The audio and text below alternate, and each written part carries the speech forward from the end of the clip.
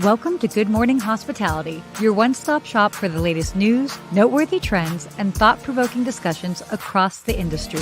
From hotels to short-term rentals to all things travel and hospitality, you'll find each episode equips you with the information that you need to start your week. Join us on Good Morning Hospitality every Wednesday, wherever you get your podcasts.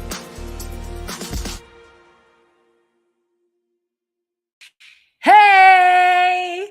Good morning, Sarah. Good morning, Steve. Oh my God, we need to start this remember Good Morning Vietnam? Oh my gosh.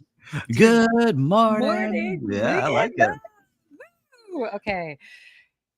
Good morning, everybody. Good Yes, afternoon. Good I'm evening. surprised that you made it. I actually sent Sarah a text message. I was a little nervous. If you I should follow have along, sent you one, but I was like, I'm going to come in so hot today. There is going to be no doubt. What are we talking about? Well, for those that follow along on my Instagram stories, and if you don't, you should, because that's where the real show is happening. yes. Right. All right. And if you're really lucky, you become part of the close friends. So anyway, so I flew home from Pennsylvania yesterday, and I was supposed to land at 11 p.m., which was already going to be a tight turnaround, not ideal, but when you are flying in from a regional airport, you have limited options. So I stuck with it, and due to some VIP movement that was happening at the Atlanta airport, a lot of flights got backed up. There were 40 flights ahead of us to depart. And guess what? The pilots ended up timing out. And what does that mean? That means we ended up waiting for new pilots, and I landed at 3 a.m. and I got home at 4 a.m. What time is it for you right now? It is 7 a.m. Look at Sarah. 3 hours of sleep, high energy, ready to go. And who was the VIP holding up the whole line? Who was first in line there at that airport? I heard that it was Air Force Two that was in there. So Kamala Harris, I think, was doing a little thing. I know. We know it's in the news. So yeah, but that is what that is. And as soon as I figured out that we were actually leaving, I passed out. So I got solid 4 hours. Came home, slept another 2. So I'm working on 6 hours. That's like I'm cooking with gas. Good. Yeah, right. You're good. All right. Yeah. I don't feel that bad for you. 6 hours. Oh, I don't feel that bad. No, you shouldn't feel that bad. It's okay. This is totally first world problems. Right. Suzanne, good morning. We got Christopher. Good morning. Yeah. Here. Where's everybody joining us from? Have you guys had nights like that? Well, yeah. No, that's how many hours of sleep did you all get last night? Just put the number there. Let's learn about everybody's sleep health. Yeah, I got 6 too, but that's because I got to put everyone to sleep, and it takes me a while to get. I got young kids, busy day. You got a lot going on. A lot going on here, but I got to go to a lot of cool hotels this week to finish out this 50 hotels in 50 days. So wait, have you actually 50 business days with holidays taken out? That's 50 days. So we're good. You know what? 2 left. 2 hotels left. Nobody else has done what you've done, and nobody can give you a hard time for it. You did amazing. So wait, have you actually filmed all 50 at this point? I'm at 48. I got 2 left, and I'm going to finish this week, and I'm done. And I learned a lot, and I got a lot of cool stuff coming out after it. But you know what it taught me? What? I had to edit my own videos, which I had never really done before, and it taught me how to do it really well. I got to see all different types of places, and we talk about all different kind of hotels, and every kind of hotel, big, small, boutique, mom, pop, professional, can offer cool things. No matter what size they are. And so I'm going to highlight a lot of that. So 2 more to go. And 2 more to go. This is awesome.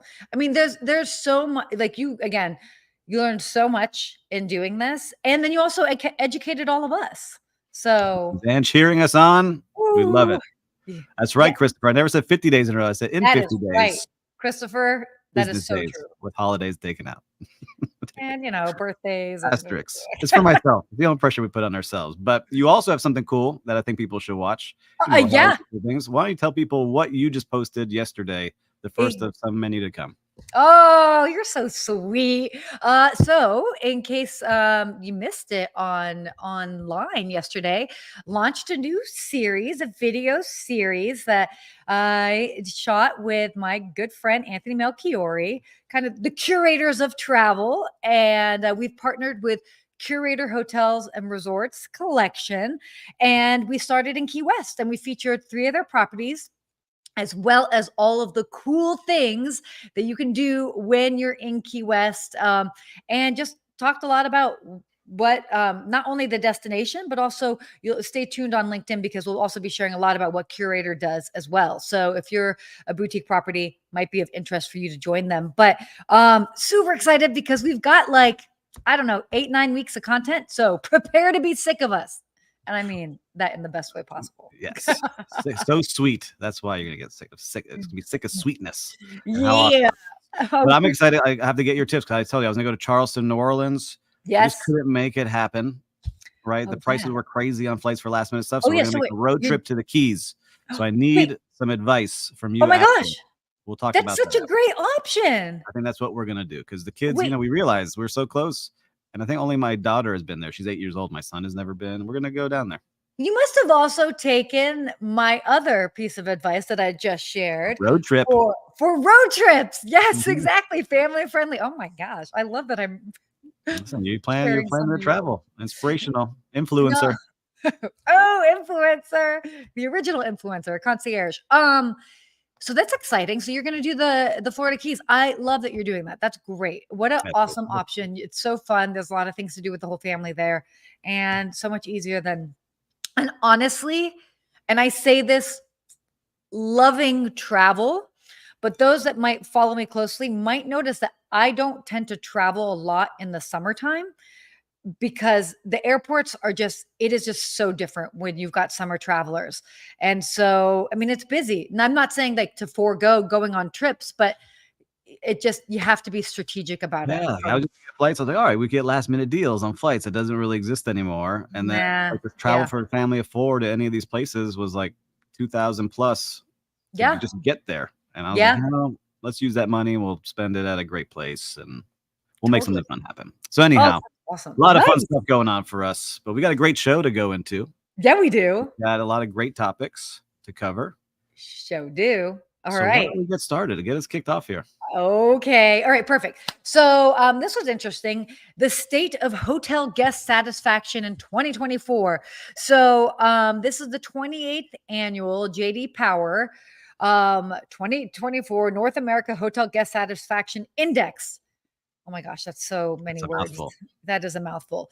They do this study every year. This is the 28th annual one. And basically what they were finding is that like hotels are paying record high prices for hotels stays, which we know. So so according to the report, hotel rooms had an average daily rate of $158.45 in May of 2024. This is the second highest per month ever reported, just behind $159.01. Oh my gosh, reported in October 2023. But basically, what they found is that that hotel guests are taking fewer trips on average, but they're staying a little bit longer.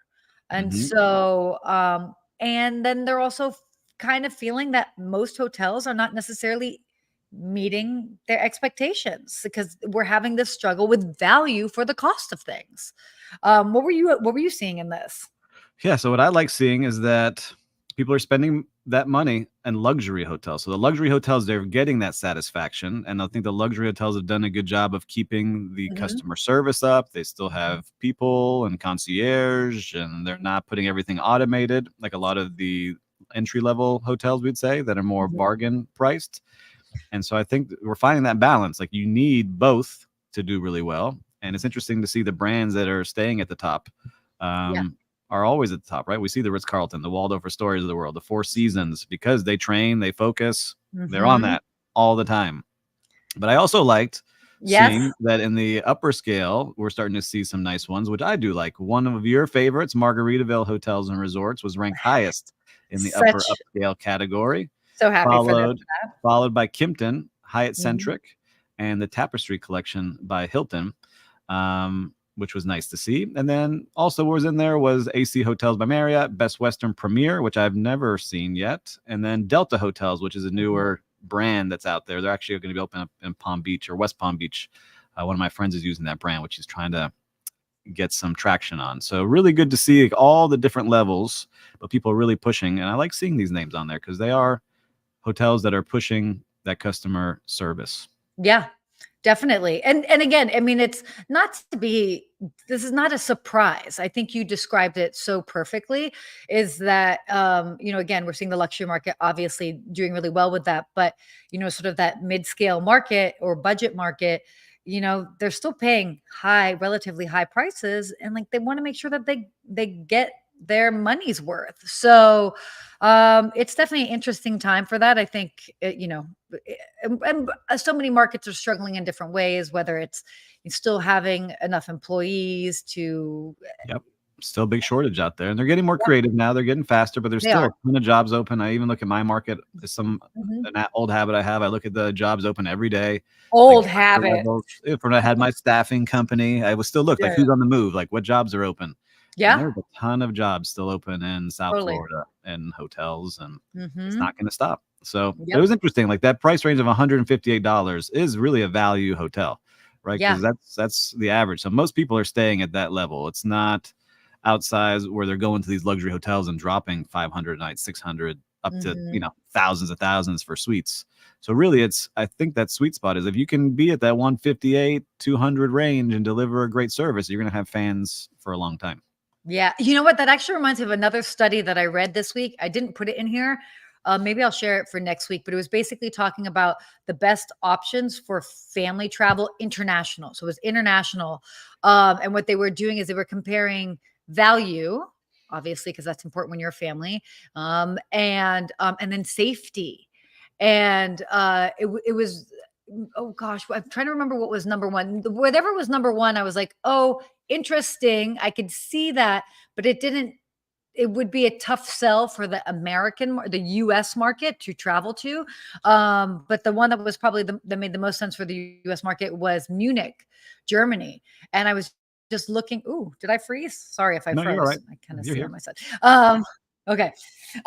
So yeah, it was just interesting to see also the prices, the average prices of hotel rooms around the world. And most of them were less than that. So we are more Mhm. expensive than many, many other places. And not necessarily, ranked in the safest. We weren't, I don't think, part of that ranking, but very interesting to see. So we should maybe talk about that next week if Yeah, we I like it. want. And one last part on that is for our friends over on the Monday show of Good Morning Yes. Hospitality on the vacation rental. That's where you see a lot of value because you can pay Yeah. this 158 and get a 3-bedroom home in some markets or, 2-bedroom, 2-bath suites in the urban Mhm. places. So it's interesting to see the balance and what traveler is spending on. Yeah, totally interesting. But like to see it. Okay, let's go on to our second topic here. Let's do it. AAA Four Diamond Award winners chosen. So I don't think I actually realized this. Did you like pretty much like every month they're changing the list? I don't think I realized that. I don't know what. No, they're adding, but they're always adding people that come in, Yeah, right? And so there's a lot of true. people who set goals this year of getting this Four Diamond Award. So again, AAA does the diamonds and Forbes Hmm. does the stars. Hmm. And a AAA Four Diamond hotel is a very good hotel. Yeah, This it's great. is like your upper upscale. And just to get that stamp of approval, there's little things you have to do because I know there's some hotels in Miami Beach now that Hmm. have not had their diamonds and they haven't really tried to get, and now they're really focusing on getting diamonds versus stars and Michelin keys. So it's interesting to see this kind of come on our radar of doing the diamonds. And so if you're listening now, do you have any diamonds at your hotel? Let us know because I see a lot of people celebrating getting them. But Yeah. a lot of great hotels came on the list this time. Yeah, there were a lot of good hotels. Before we get into the hotels, I love what they talk about. So they've got the 4 C's of the AAA diamonds. So that's cleanliness, comfort, cuisine, and consistency. And I think that that's I like that. awesome. Yeah, I wanted to share that. That I thought was really cool because, whether you're at a property that you're actually vying for diamonds or not, I think that's something that we can all relate to. And so and it's so easy to remember. So cleanliness, comfort, cuisine, and Convenience and consistency. consistency. And where do you measure up with that? But why I also like this article is there are a couple properties that I know so well that made the list recently. One of them being the Westin Maui Resort in Kaanapali in Maui, and I was there in February. But there's the JW Marriott Dallas Arts District. The Arts District in Dallas is super cool. The Omni La Costa Resort in Carlsbad, not too far away. A friend of mine got married there. I was just so excited about this list because I knew so many of the different properties. And in general, look, everybody should be celebrated, whether you're in Kalamazoo, Michigan, the Radisson Plaza Hotel, Kalamazoo. Yes, congrats on becoming a Four Diamond property. I think they need to clip that. They need to clip that and send it to them. Yeah, we do. No, but it's great. I love seeing it, and I like the 4 C's that you mentioned. That's really good to see. Just stay consistent and being clean, comfortable, and having great food, and you're good to go. Yeah, totally. So, moving on to our next topic here. I thought this was neat, and I cannot wait to hear your side on this. So Super 8 by Wyndham, they are doing a promotion. They are turning back the clock by offering a $8.88 room rate promotion. So in celebration of their 50th birthday, Super 8, America's iconic roadside hotel brand, is basically giving guests a chance to book a room this summer at the same rate that they charged in 1974. First of all, 1974 was 50 years ago. That's bananas. So that's $8.88 plus tax. For those that haven't necessarily been at a Super 8 in recent times, they've actually recently done sort of a fresh modern makeover. So fun way to kind of take advantage of that rate while experience their new modern makeover that they've got going on. I like it. And so I was looking at it to see how it works. Yes. Right? How does it work? Costs have changed since the 1970s. A great stay is timeless, especially at Super 8. For limited time, we're bringing back our historic $8.88 room rate. And here's how to get yours. And it has a whole thing going on here. But it starts on August 8th at 8 a.m. So that's when you can go on their website and see if you book. So it looks like they got a limited amount. Yeah, which makes sense. They got to do that. But it's fun to see how they're bringing this back, and I love this kind of stuff. I think it's great headlines. It connects to the history of the hotel. They have a whole thing on their website here. It's awesome. So we'll share it in the comments after that. You can take a look at it. But I love when hotels do this. I like to see it with food and beverage. Like you see behind me, if you're watching this, you see some menus behind me. This Wolfie's one above my head is from 1954, and I love just seeing what people were eating and the prices. And I collect a lot of these things. So for me, a lot of fun to see those. It is cool to see. And it's interesting that you even say that, because that actually reminds me. So I was in Pennsylvania yesterday, and this is my quick sidetrack. My grandmother turned 95, and not every year, but for big birthdays, my aunt, I come from a family of photographers, and we've been taking many photos for generations. Big surprise. And but what's so wonderful is for big birthdays, we basically put together a photo book, and we add on to it. And everything from their stats in there, everything from what was the popular song in the year that you were born to what people were watching at the movies, all of that sort of stuff. And it's so great to see that history. So love when a hotel can tie that in, because by the way, 50 years ago is not that long ago, but yet so much has changed. And it's so fun to be able to bring a little bit of that history to newer travelers and experience that. So sorry, my little segue, but tied it back in. I love the history. And just as you're doing, I got to see it here. So sales will be fulfilled in the form of 1,500 Wyndham reward points. So you have to be a Wyndham Rewards member to be able to qualify. And you have to have the points in there to be able to get the rate. So yes, $8.88, but you still got to have the points to be able to do it. So I'm curious to see how it goes, but I love just the story and the tie-in that they've got. And they're doing it for 888 room nights. Yep. I love it. Yeah, it's so good. It's very cool. Very, very cool. So yeah, put that on your radar in case you want to check it out. Oh, you've got a road trip coming up now. Maybe you'll have. I got to look for a Super 8. I don't know. Maybe one night. Is there a Super 8 in the Keys? Maybe there will be. Maybe we're on the way. I don't know. Okay, so let's talk about what's going on in the world of travel.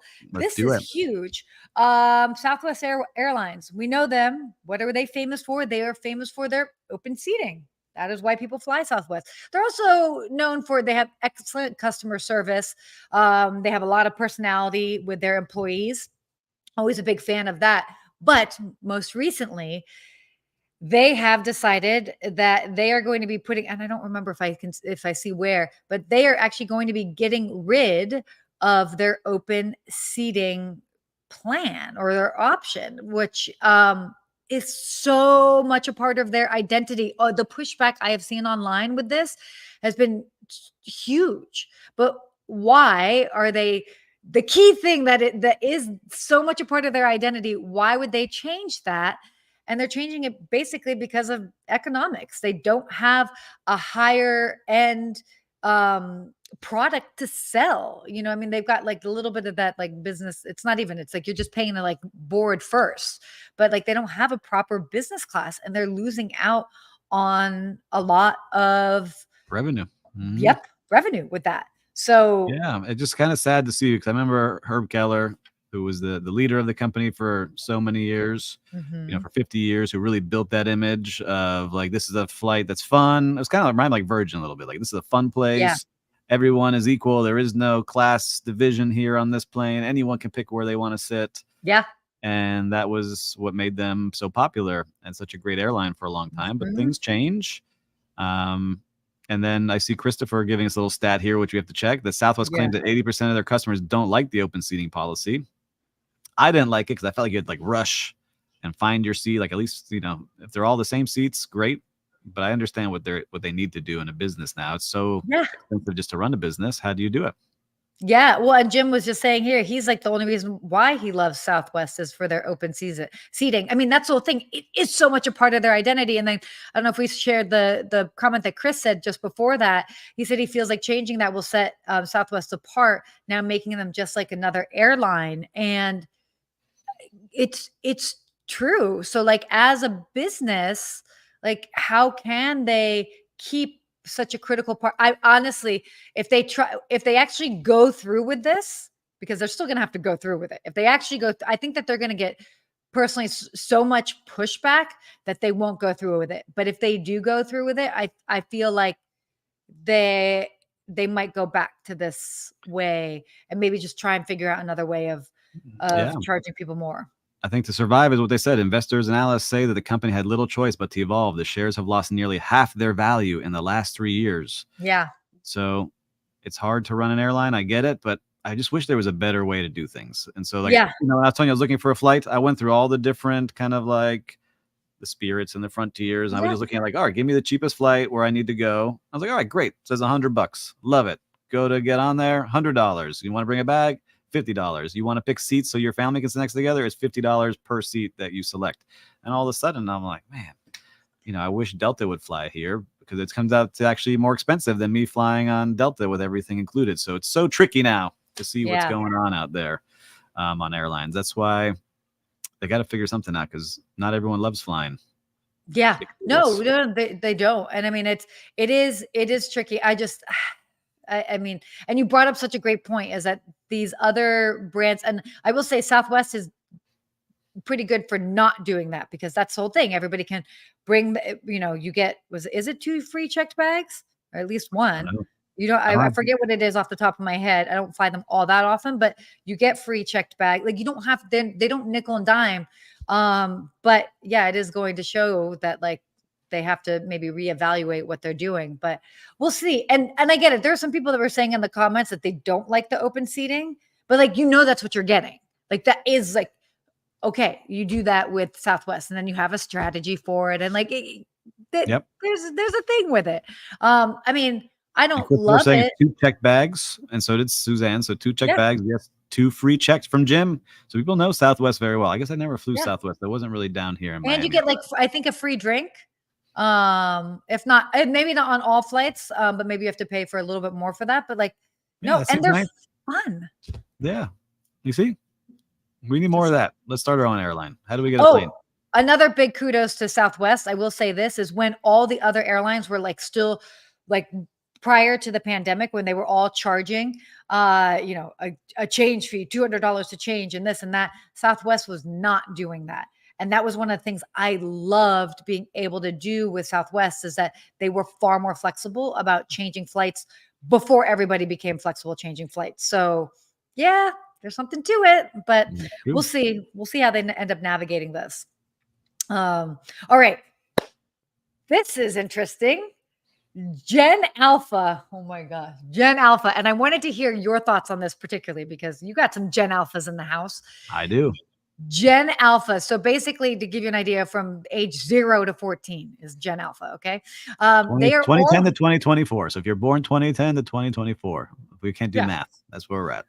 Okay, yeah, perfect. That's fine. They are already having outsized impact on travel planning. So more than a few parents out there are going to be, surprised by this. But basically, Gen Alpha, they're having a significant and growing impact on travel decisions of their family.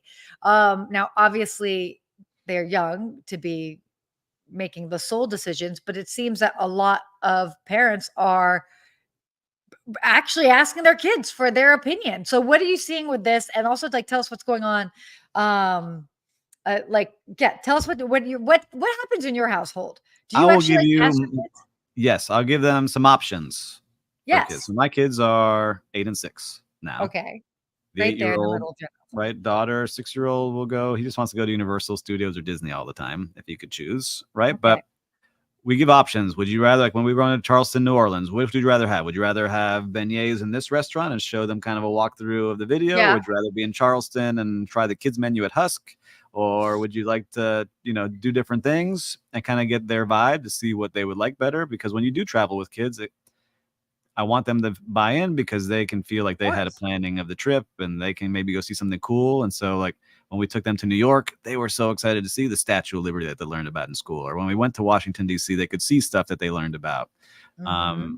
And so it was cool to see those things. But, they are now they've been very lucky and blessed to stay in some great hotel rooms, right? And and some great places. And so now they think that's what travel is all the time. So that's why I want to take us on this road trip. Just to say, hey, let's show them what maybe not every place is the suite at, the Intercontinental at the Wharf in DC. Right. Yeah. So I want them to see what real travel is too. That can be fun and adventurous, but we take their opinions. I don't decide on their opinions, but I want them to feel like they have some buy-in. Like what can we go see so they will enjoy it? I mean, it makes, and that's the whole thing. You said the key word there, which is buy-in. Because it's like, if they feel like they're part of it, they're going to have more fun, hopefully, like while they're there. And I mean, that's the whole point, is to make sure that they're engaging with it as well. And Suzanne's mentioned something that which we did for our kids' birthdays. Hey, would you rather have a big birthday party that lasts 4 hours? Because kids' birthday parties are bananas right now in cost. Ooh. Or would you rather go travel somewhere? And they both picked the travel. So we did a little birthday party with like 1 or 2 friends, cake, like old school 1980s birthday party, right? And then we went traveling for their birthdays. That's smart. I love that. And by the way, I think giving, kids options like that are so important. I mean, within reason, are important because it helps them with their decision-making skills. And then they can understand, like, weighing pros and cons. It's a great learning lesson. Now they're watching the Olympics and they all want to go to Paris. So the kids are like, we want to go to Paris and see where Simone Biles is running around and seeing these things. So we are going to have to take some time out to talk about the Olympics next week, because and I'm not normally into watching the Olympics. I'm like, whatever, it's fine. They look like they are having so much fun over there. Also, the amount of Snoop Dogg content that I have consumed is out of control. I think he is my new, I was always a fan of him, but I feel like he's our mascot. The US mascot. Someone said he's the new Betty White is what I saw for America. So. Oh my gosh, national treasure. That's hilarious. But it's so fun. So yeah.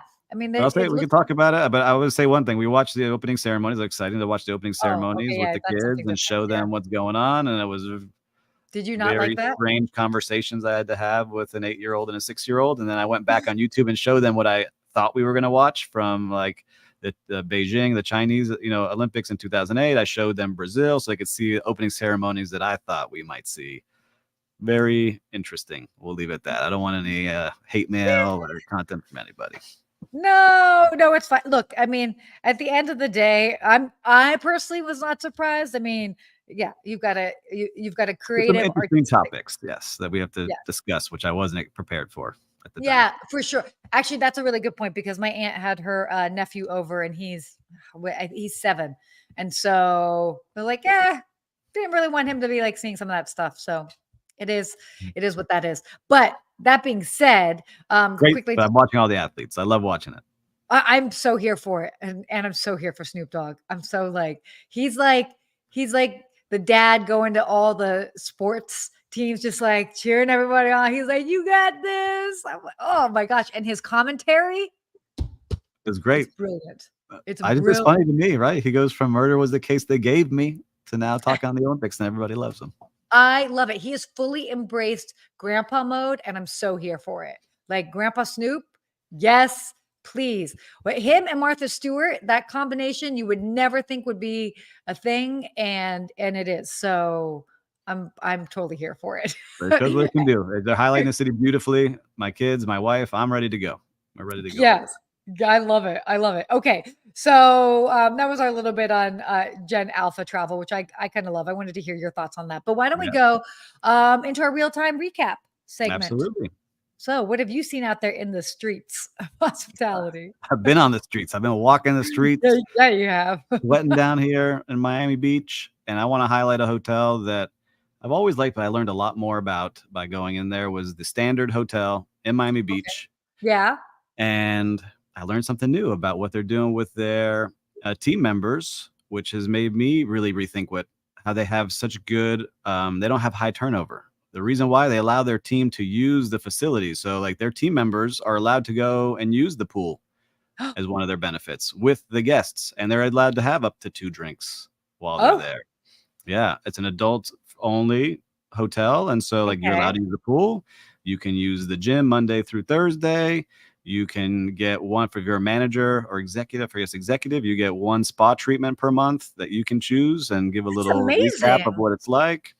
And they encourage the team to live their best life. So if you're a DJ on the side and we need a DJ for the weekend, you can be the DJ this weekend. If you're an artist, when we need a new art piece for the hotel, you can create something and we'll put it up. And so I love seeing that because we talk about how many people are struggling to get employees. And I remember asking them, because I ran into the HR director when I was walking around the property. We had a coffee and she would tell us, no, we're like, we're good. Like, yeah, we need a couple here and there, but for the most part, we're doing great. And so it was great to see what they're doing. I was like shocked. I was like, you let them in the pool? Like, how it's going to happen? Right? You like, let them in the pool. Right. Like, that you're always trained. You go to the hotel. That's not where you hang out. Like Totally. You don't sleep there. You don't hang out there. You do nothing there. You work there and that is it. You get out. It's turned out great because they have a lot of membership too. And so they treat the guests really well. The guests know them. And I can see like where there might be some area to get in trouble, but for the most part, they said they have 0 issues. So congratulations to the Standard Hotel in Miami Beach. Wow, that is awesome. Congrats. That's like, whew, that is cool. Like I could use the gym as an executive, but it was like always like, hey, you try to go in the morning, don't be around, like it's for the guests kind of thing. This is more like, no, like you're part of it, right? And so it's a front desk agent can say to the people checking in, like, yeah, I've tried this sound bath healing. You should try it at 7 a.m. tomorrow. Like it's really good. I'll see you there. Right. I'll see you there. I love it. That's so awesome. Well, shout out to them because that's cool. And I think when done right, it can be a wonderful perk. So love some guardrails, but I think they did a great job. Yeah, guardrails, totally. So I've had a lot of interesting interactions, but I'll do one. I actually did a story or a couple stories on this last week on my flight out to the East Coast. Now, keep in mind, it was on the heels of all the craziness of all the flights, like the shutdown, the technical shutdown that happened last weekend, so 2 weekends ago, and then the many days, the ripple effect. And I have status with Delta, which everybody knows. And they were like very quick to upgrade me. Fine, totally fine. And then on my flight out, there were a couple of hiccups in like the first flight from here to Atlanta, but really like not a big deal at all. They mixed up my drink with somebody else's drink. They went to trying to give me a white wine and I'm like, I did not order that. And she was like, yeah, you did. And I'm like, no, I didn't really. And we were laughing about it. It was fun. And another like flight attendant came over and they were like, Oh, this one's trying to cause trouble. She's trying to make sure everybody has a fun flight. So like it was fun. And then I think they forgot to make my meal. So then by the time they realized it, their in bringing out my meal would have been 20 minutes late. And they were like, "Oh my gosh, I'm so sorry." And I'm like, totally fine. Like, I can wait 20 minutes. I wasn't even supposed to be in first class. Like, I'm just happy to be here. And at the end, they came up and they're like, "Hey, you were just so cool about this. We had a couple of like snafus. We're just gonna add an additional 5,000 miles into your account." And I'm like, well, thank you. I'm like, you did not have to do that at all. But what I loved and what I talked about is this idea that these companies give that ownership to their employees and their staff and wiggle room so that they are able to do something for a guest, whether they find out a guest is celebrating an anniversary, a birthday, or whatever, that the employees know that they can make the executive decision to send a glass of champagne or to do like a one category upgrade, whatever it is. I love seeing it when businesses do that. And this was a classic case of it. This guy did not have to give me that by any means. I wasn't even phased, but the fact that he did, it just goes to show you that, it goes a long way, and it was nice. And okay, yeah, fine. I had delays last night, but like, what do? And I already had such a great experience this last time. Last night, it was just like, we just gotta lean into it. You're a super fan. They're empowered. You're a super fan. You're talking about it now. You see? Yeah. It's great. No, totally. Totally. So I don't know. That's you. But I would love to be a fly on the wall with Delta's training, because they do a fantastic job with their training in general. So, but that'll be a story for another day. Oh yeah, Suzanne's saying I love surprising a guest when something is a snafu and it makes the day of the guest. Totally, it did. It made my day. It was great. So why don't we go to our quote of the day before wrapping up? I know we went a little long today, but it's all right. We got a great quote today. Under promise and over deliver by Toby Bloomberg. Yeah. I think that's great. I think it's exactly what it is. Because there's so many times that, especially we're dealing with a couple of projects now that certain vendors will over promise certain things. And then you're like, man, this is not what you said it was going to be. Yeah. And we work with other vendors that say they're going to do something and then it comes out way better than we expected. That's a great feeling to have. Yeah. Oh, totally. I mean, I've worked with a couple of different companies that have kind of, we've been kind of struggling with that too. And we're like, oh man, like it seemed like it was going to be like this. And so again, it's all about setting expectations. And it's managing those expectations, and managing expectations all start with how you set them. So you're setting the bar right there. Yeah. Right. Oh yeah, that is. Hold on. Write it down. Okay. Oh, clip it. Anyway. So there you go. But it's, I love this quote because it really just reminds us so much of like, we're setting the tone. And so you might want to, I get it. People overpromise because they want the job, they want the gig, they want the whatever it is. But then like, you got to deliver. And it's so interesting when people are hungrier for the opportunity than the actual opportunity itself. That's part of the sales. That's where they closing the deal, but not delivering the work. No, you got to deliver. It's not about just closing deals. You got to deliver. Oh my gosh. Anyway, sorry, I feel very strong about that. But there you go. What a note to end the show on, guys. Yeah, great show. Hopefully we over-delivered today. Hopefully. Right? Hopefully we over-delivered to all of you watching. I love seeing all the comments flying in today. Great interaction with you all. And if this was something valuable today, if you're on LinkedIn or you're watching this on YouTube, make sure to share this with somebody, because I'm sure they would find some value in it too if you did. Hopefully, yes, definitely. So love that. We try to bring that early morning energy. At least I did. My body does not know what time zone it is on, but I brought some too, a little bit. You did. You always do. You always bring the early. You are like so consistent. It's amazing. That's what we love about you. Consistency. You see? It is. 4 diamonds. It's clean in here. It's comfortable. I got some good food. We're ready. 4 diamonds. Shine bright like a diamond. All right. And on that note, everybody go shine bright. Be your little diamonds. Be your little diamond selves wherever you are in the world. Bye. See you next week. Bye.